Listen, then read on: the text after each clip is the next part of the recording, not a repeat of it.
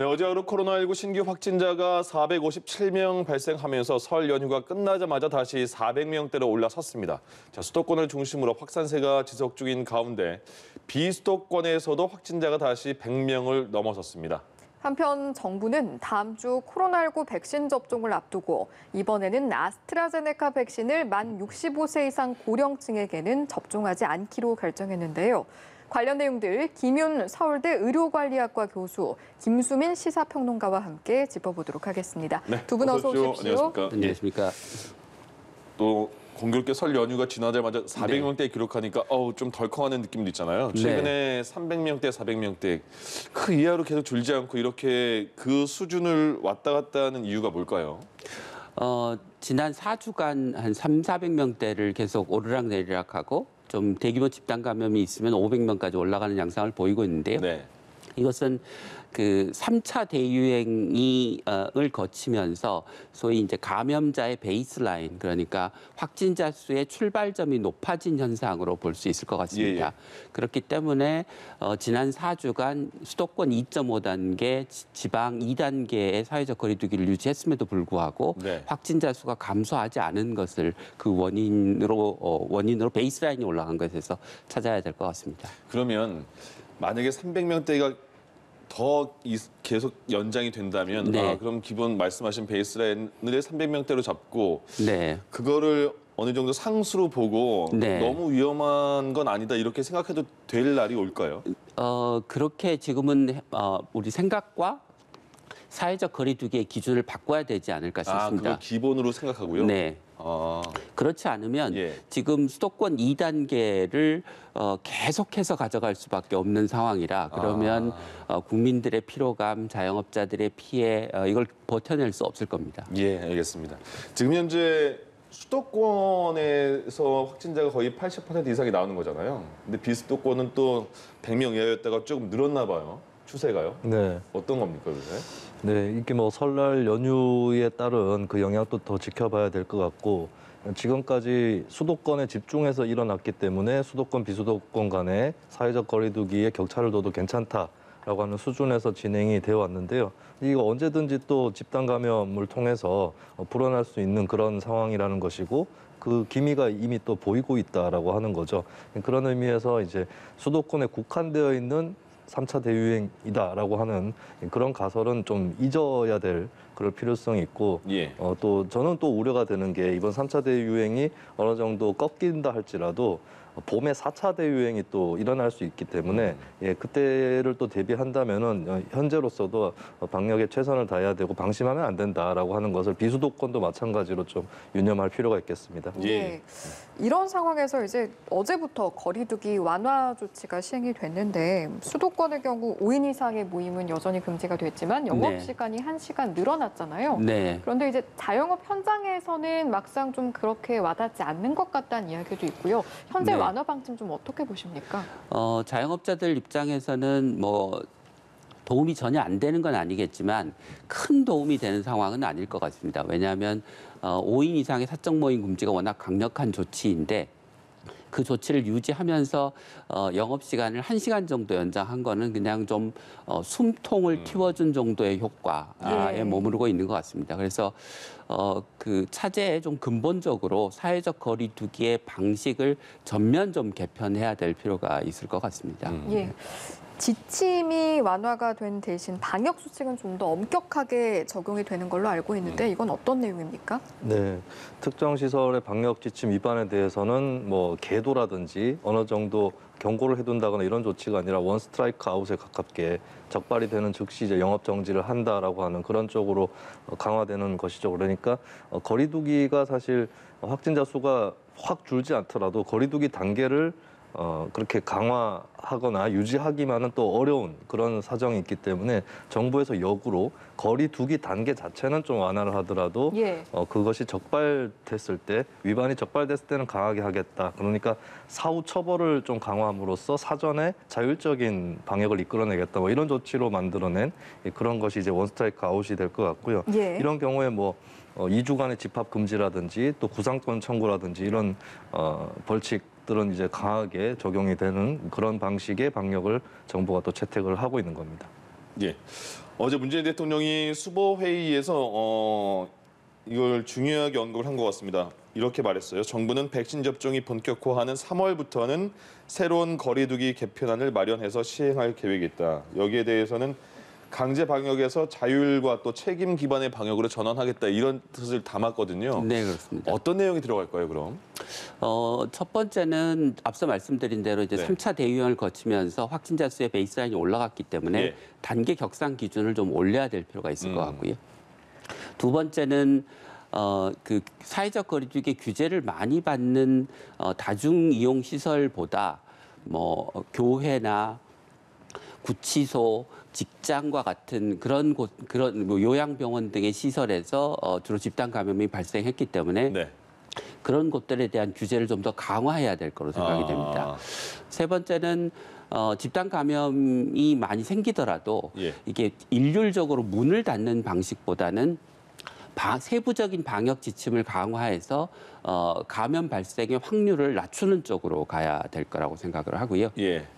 그렇게 되면 당연히 다중이용 시설에 대한 세부적인 지침이 마련이 돼야 되고 세부적인 지침이 잘 지켜지는가를 보기 위해서는 당사자들이 참여하는 또는 지자체가 적극적으로 나서는 형태의 자율 방역 형태로 좀 전환이 돼야 될 것 같습니다. 예, 그럼 말씀하신 것처럼 지금은 기본 베이스라인이 300명 정도가 되니까 네. 예전에는 뭐 50명 이상이면 1단계 뭐 이런 식으로 돼 있었는데 네. 그 기준을 좀 높여야 된다 그렇죠. 이런 말씀이시고 집단별로 규제를 좀 차등적으로 강화를 해야 된다 이런 네, 말씀이시네요. 세부적인 지침을 만들고 예. 그 세부적인 지침이 잘 지켜지는가를 네. 보다 자율적인 방식으로 지자체 중심, 각각의 단체 중심으로 모니터링 시스템을 강화해야 된다는 말씀이 되겠습니다. 그럼 3월이 되면 그 청와대 말처럼 지금 현실에 맞는 현실 수준에 맞는 방역 조치가 또 나오겠군요. 네, 그렇게 돼야 될 것 예, 같습니다. 알겠습니다.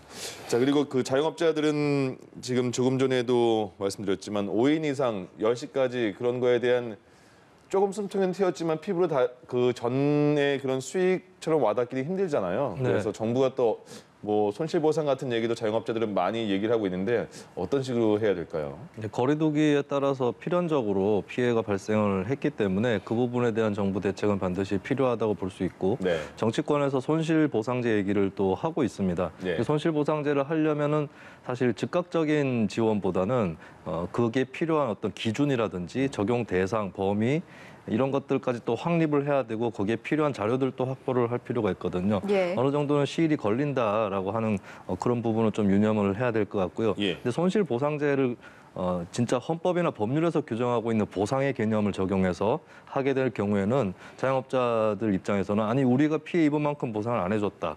혹은 내가 다른 자영업자보다 피해를 결코 덜 보지 않았는데 보상을 덜 받았다. 이런 이유로 줄소송이 이어질 수도 있습니다. 네. 그렇기 때문에 법적인 의미에서 엄밀한 의미에서의 보상 이것보다는 특별 지원의 형식이 될 가능성이 크다라고 그것까지 같이 전망을 좀 해드리겠습니다. 예. 이번에는 각각의 감염 사례도 한번 살펴보도록 하겠습니다. 설 연휴 가족 모임을 가졌다가 다수의 확진자가 나오는 사례가 지금 부산에서 발생을 했거든요. 어떤 상황인 겁니까? 네, 이게 경남 2056번 확진자인데요. 11일, 12일 이틀에 걸쳐서 부산에 있는 부모님 댁에 방문을 해서 1박 2일로 가족들하고 지냈습니다. 7명이 같이 지냈는데 그때까지는 확진된 사실을 몰랐죠. 몰랐기 때문에 이렇게 했을 텐데 예. 그 전에 이제 이 확진자가 다중 이용 시설을 이용을 해서 그 과정에서 접촉을 해서 결국에 이 휴일이 끝나고 그러니까 그 부모님 댁에서 묵은 이후에 13일에 이르러서야 확진 판정을 받게 된 거죠. 그럼 예. 가족들도 모르고 있다가 같은 식구 중에 한 명이 확진이 났기 때문에 같이 검사를 받게 되었고 7명 중에 5명이 확진이 된 사례입니다. 예. 이제 5인 이하 모임 금지라고 하는 이 방역 수칙이 적용이 되고 있기 때문에 그 부분을 포함해서 방역 수칙을 위반했는지 이런 부분들은 또 당국에서 조사를 하고 있고요. 예. 또 이 식구들이 그 이후에 또 어디로 이동을 해서 어떤 전파 가능성이 있는지 이런 부분들까지 조사를 또 하고 있습니다. 네, 알겠습니다. 사실 지금 설 연휴가 얼마 지나지 않았기 때문에 이런 네. 사례가 비단 이번 경우만 있을 것 같진 않아요. 그래서 이런 건 좀 어떨까 싶은데요. 이제 설 연휴에 가족 모임을 가졌다면 그 구성원 중에 한 명은 좀 선제적으로 검사를 받으면 효과가 있을지도 궁금하거든요.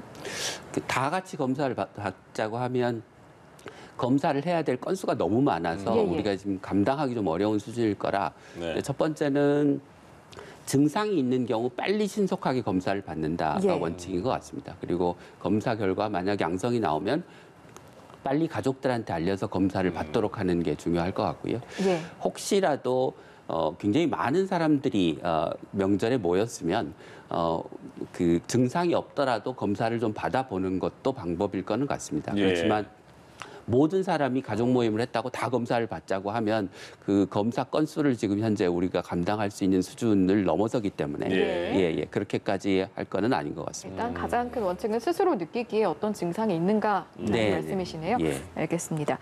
자, 검사 이야기가 나온 김에 어제부터 이제 임시선별 검사소에서의 검사가 익명에서 실명으로 바뀌었잖아요. 이건 좀 어떻게 이렇게 결정이 된 건지 설명을 한번 해주시죠. 네, 익명으로 검사를 받게 되면은 그 핸드폰 전화번호 정도 보여주는 그런 차이가 있었는데 예. 사실은 그것도 어떻게 보면은 개인정보를 알려주는 그런 거는 마찬가지라고 보여집니다. 예. 그런 의미에서는 이제 익명성을 보장하는 것보다는 빠른 대처를 위해서 성명과 그리고 주민등록번호, 주소 이런 것들을 추가로 확보를 하는 것이 더 신속한 대응에 도움이 될 거다라는 판단을 한 것이고요.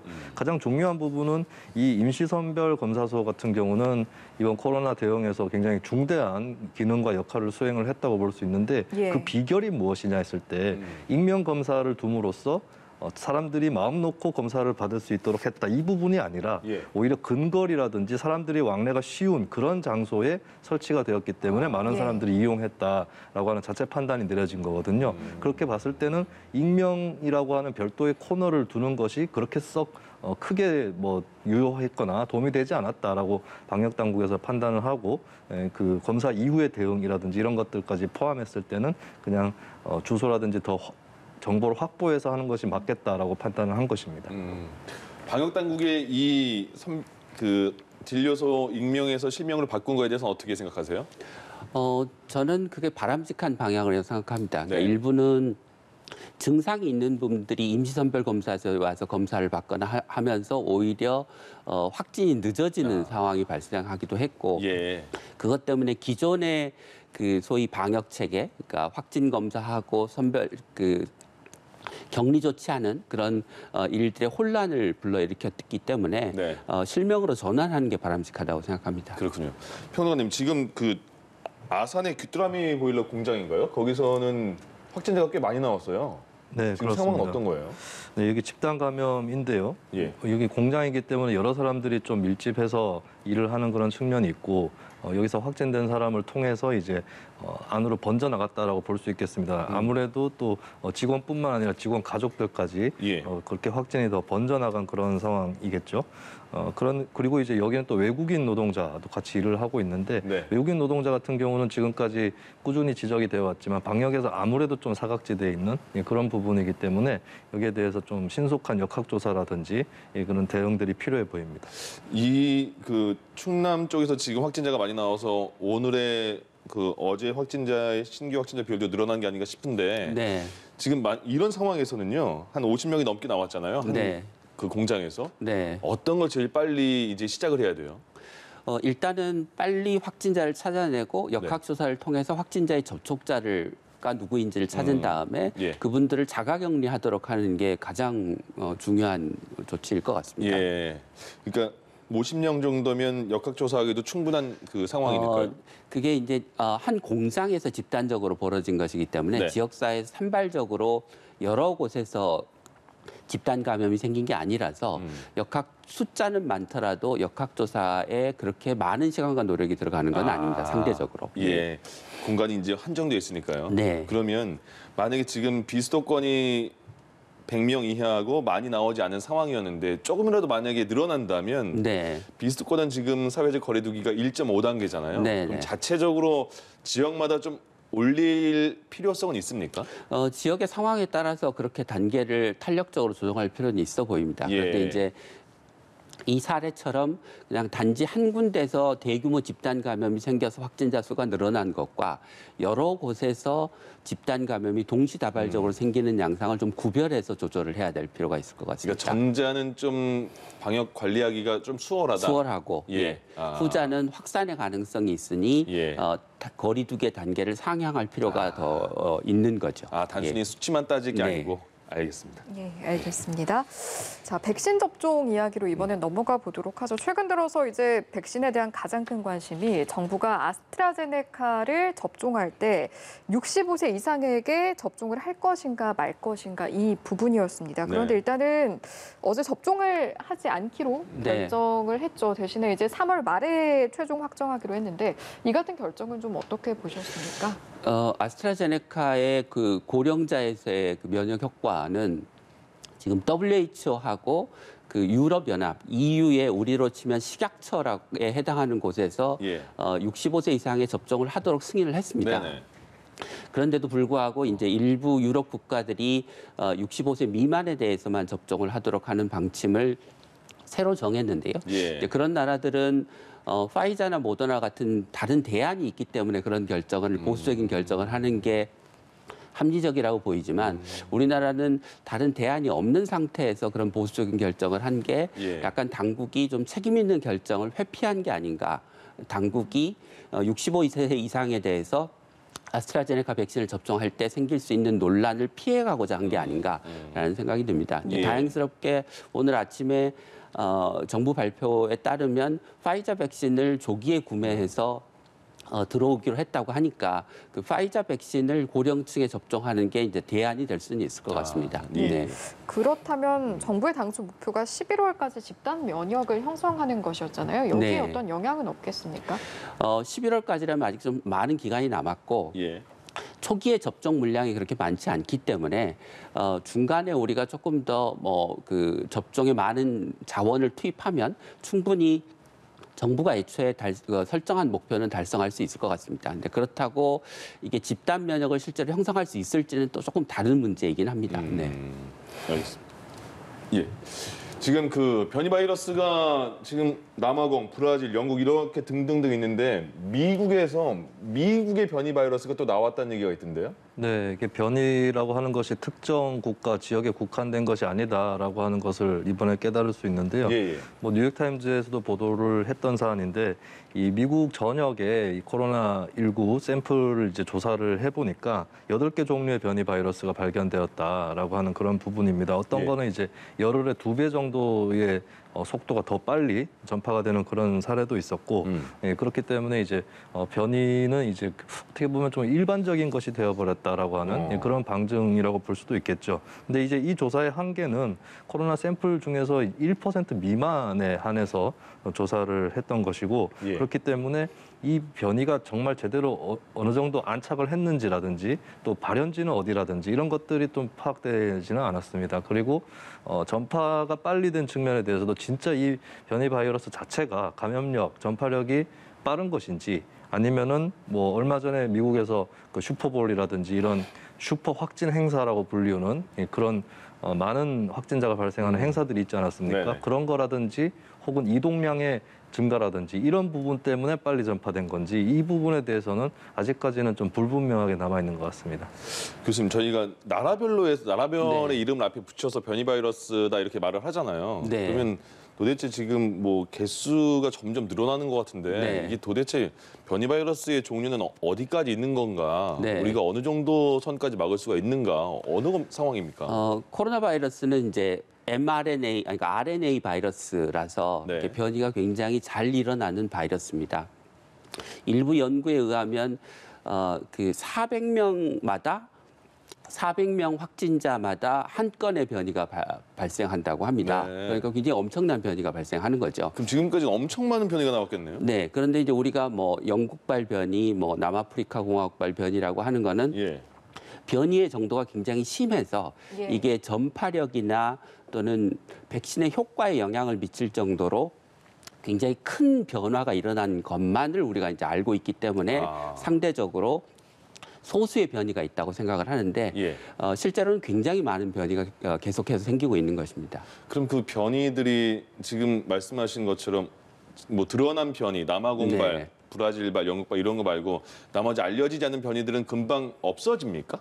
없어지기도 하고 네. 그게 이제 영국발, 남아공발처럼 전파력이 높아지면 그게 우위를 점하는, 그러니까 예. 다수를 점하는 변이종이 되는 거죠. 예. 아, 잘 못 알아듣겠는데요. 네, 좀 어려워서. 그러니까 예. 이게 그 전파력이 높으면 기존에 있는 바이러스들을 제치고 얘가 대부분의 확진자를 감염시키는 바이러스가 되는 거죠. 이게 네네. 주류가 되는 거죠. 예. 그러니까 일종의 진화론적인 측면에서 전파력이 높은 바이러스가 다수의 우위종이 되는 형태로 이제 발전을 하게 되고 예. 그렇지 않은 사소한 변이들은 사라지게 되는 거죠. 아, 그러면 그걸 우리가 이제 바이러스 백신 지금 맞기 시작하는 네, 네. 단계인데 네. 그런 변이 바이러스에 대한 백신은 지금 뭐 그 지금 나온 백신이 거기에 효과가 있냐 그 연구도 하겠지만 네. 효과가 많이 이게 덜 있으면 네. 그런 거에 대한 또 추가 백신은 어떻게 개발이 됩니까? 그러니까 현재 백신은 주로 그 코로나 바이러스의 스파이크 단백질을 겨냥한 항체를 생성하는 백신들입니다. 네. 그런데 이 스파이크 단백질 부위는 변이가 잘 생기는 부위라서 변이가 생기면 스파이크 단백질 부위에 변이가 생기면 기존 백신의 효과가 떨어지게 되는 거죠. 네. 그러면 새로운 변이가 일어난 스파이크 단백질 부위를 겨냥한 새로운 백신을 또 만들어야 되고 또 만들어야 되고 또 만들어야 되는 일종의 계속해서 바이러스를 쫓아가면서 백신을 개발해야 되는 상황이 벌어지게 되는 거죠. 예. 네. 지금 우리나라가 그러면 우리나라도 네.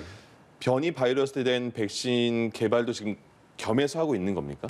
거기까지는 잘 모르겠습니다. 아마 그렇지는 않을 것 같습니다. 현재 최초 바이러스에 대한 그 감염을 일으킨 코로나 바이러스에 대한 백신을 만들고 있는 상황이기 때문에 예. 변이 바이러스를 겨냥해서 백신을 만들 정도까지 지금 연구가 진전되지는 않았을 것 같습니다. 알겠습니다. 지금 우리가 사회적 거리두기 단계가 조정이 되면서 2주 동안 이렇게 진행되는 거잖아요. 2주 동안에 정부는 그러면 어떤 거를 가장 중점적으로 보고 3월 달에 다시 계획을 바꿀까요? 일단은 지금 뭐 전체 확진자 수가 어느 정도 되느냐 이것도 가장 중요한 문제겠지만 예. 구체적으로 감염이 어디서 발생하느냐를 계속 지켜볼 것 같습니다. 예, 그런 의미에서 현재 자영업자들이 갖고 있는 불만도 일부 업종에서는 아니 우리 업종에서는 그다지 집단 감염이라든지 이런 것들이 별로 발생하지 않았는데 왜 다 같이 일률적인 틀로 묶느냐 이런 불만들을 또 호소를 해왔거든요. 예. 근데 지금 현재 확진자 수를 떠받치고 있는 베이스 자체가 두터워진 상황에서 확진자 수가 빠르게 줄 거라고 기대하기는 어려운데 그렇다고 해서 거리 두기를 그대로 유지시키기도 정부 입장에서 부담스럽기 때문에 각 업종별로 현장별로 어떻게 이 양상이 나타났느냐 이것들을 좀 주요 모니터링을 하면서 거리두기 완화라든지 또 조절 이런 것들을 좀 가늠하는 그런 시기가 되지 않을까 그렇게 전망을 해봅니다. 네, 알겠습니다. 오늘 두 분과는 여기까지 하죠. 지금까지 서울대 의료관리학과 김윤 교수, 김수민 시사평론가 두 분과 함께했습니다. 고맙습니다. 고맙습니다. 예.